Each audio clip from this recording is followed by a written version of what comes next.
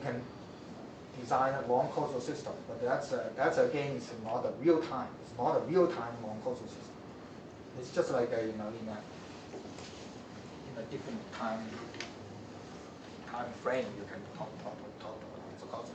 In real time, there's no long causal system. Then you say, okay, what happened to this system? This so-called derivative system. You probably have heard people talking about PID, etc. Then you know that the P and I are causal. What about D? What is D system? D system is like that. The output is a derivative of the input.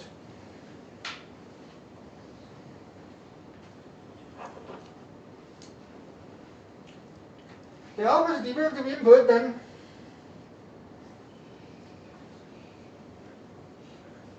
it is causal. Or say, in order to take this derivative, you need to know the value of u in the neighborhood of t, right? You know that you fix your t, right? Particular t. In order to get the derivative, how do you get derivative of a function? You need to know what happens here around that particular t, before or after. Especially you need to know after this t, what the value of the input. So this is not causal. It's non-causal system. Derivative non-causal. So then you say, okay, I can buy it. Theoretically speaking, it's non-causal, but the people use it. Then how do you do it? I'll just tell you that the people use a modified version, just PID, whatever. They don't use the exact ideal D. They use a practical D. So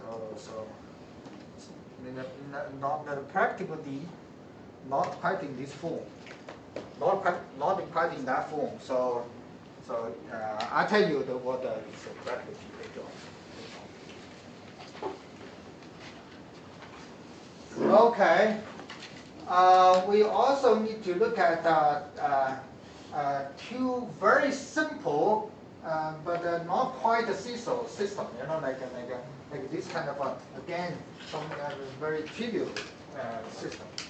This system has two input, one output, so it's actually MISO. So what it is that the output is U1 plus minus U2. You open it, we call it summing point. This you have actually one input, two output. Both y1 is equal to u and y2 is equal to u. So this is called a pickoff point. Those are essential part of a control system. Although you say, okay, theoretically speaking, the MISO and SIMO are not SISO, but it's two. We use it all the time. We don't worry too much about whether it's a SISO or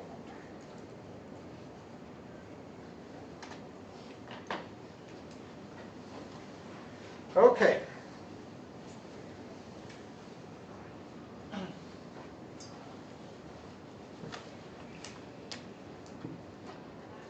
Right, let's now, so probably after we talk about the signals and systems, we can actually make this stabilization problem, regulation problem, a bit more abstract, like more close to like a kind of a theory. Stabilization. Given P, this plant. Design C, CC. Again, I want to emphasize that in this course, we look at the single input, the single output, CISO P. CISO P. We design the CISO C, again, the single input, single output. And we just connect this thing together, forming a closed loop system Right? We want this closed system to have a good stability.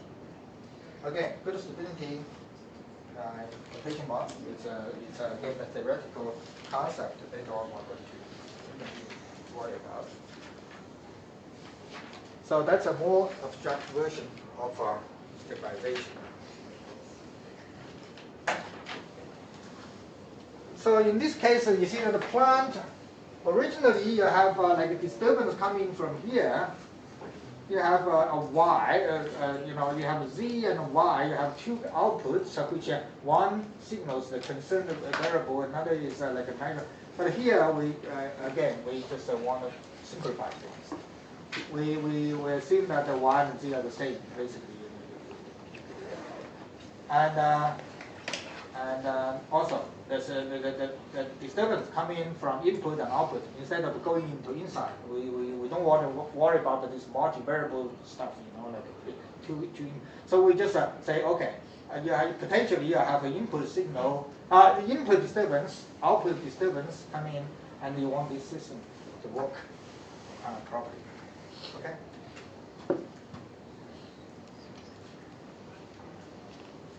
Feedback system for regulation again, and the plant becomes like this. The disturbance now is split into a disturbance here and a kind of noise there, and the key difference is that now C. Now I use a bold letter C to signal a 2-degree freedom controller, basically. You have two inputs, one output. So this is CISO, say, well, in this course, this is always CISO. CISO system, but even in that case, the controller now is not CISO. It's VSO. Right? It's you know, we have two input and one output. So this kind of controller, again, 2-degree of freedom controller. Why? Because you know, if this system has a 2 input and 1 output, so in some way you can think this system can be decomposed into 2 systems. One is the system go from here to there. The other one is this system go from here to there. And you have 2 systems. So this system can be written as you know, like in this way, 2 systems, C1 and C2. So you have C1 goes this way and C2 goes this way. So again, you see that this system we need to learn how to deal with this kind of system, and this decomposition is one way to deal with it.